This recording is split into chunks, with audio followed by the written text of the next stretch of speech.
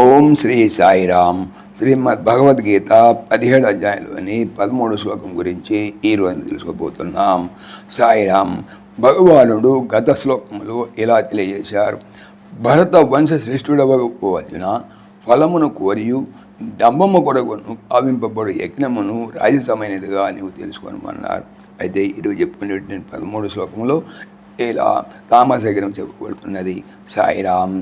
విధిహీనం అసృష్టాన్నం విధిహీనం అసృష్టాన్నం మంత్రహీనం అదక్షిణం శ్రద్ధావిరహితం యజ్ఞం తామసం పరిచక్షతే. విధిహీనం శాస్త్ర విధిని అనుసరింపనిదియు, అసృష్టాన్నం అన్నదానము లేనిదియు, మంత్రహీనం మంత్రరహితమైనదియు, అదక్షిణం దక్షిణ లేనిదియు, శ్రద్ధావిరహితం శ్రద్ధ బుద్ధిగా లేనిదియగు యజ్ఞమును తామసమని పరిచక్షతే చెప్పుతున్నారు.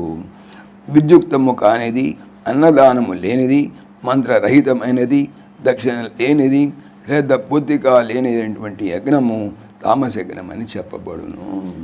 సాయిరామ్.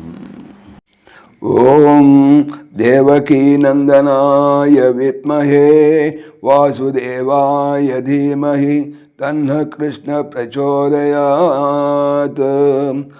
ఓం సర్వం శ్రీకృష్ణార్పణమస్తు.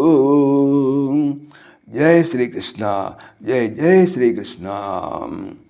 ఆత్మీయులకు మనవి, ఈ ఛానల్తో పాటుగా అనంత మహిమల శ్రీ సత్యసాయి అనే ఛానల్ మరియు భక్తి పరిమళ టీకా భాగవతం అనే భాగవత ఛానల్ను స్వామి నా చేత చేయించుతున్నారని మనవి చేస్తున్నాను.